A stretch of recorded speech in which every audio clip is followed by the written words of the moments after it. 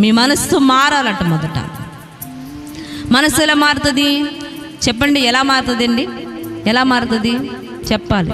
దేవుని సన్నిధికి వచ్చి దేవుని వాక్యం వింటూ దేవుని సన్నిధిలో ప్రార్థన చేస్తూ దేవునితో సహవాసము చేస్తున్నప్పుడు నీ మనసు ఎలా ఉంటుందంటే క్రీస్తుని పోలి నడిచే బిడ్డగా నువ్వు ఉంటావు.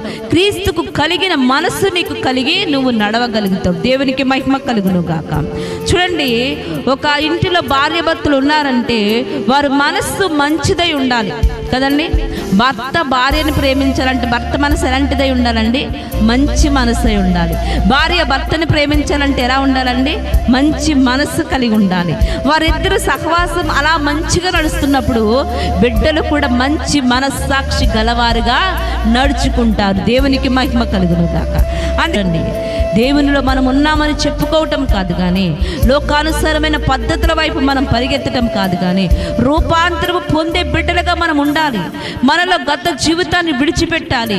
మనము చూసినప్పుడు ఈ లోకానుసారంగా బ్రతికిన బిడ్డగా నీవు నేను కనబడటం దేవుని యొక్క ఉద్దేశం, దేవుని యొక్క చిత్తము కాదు.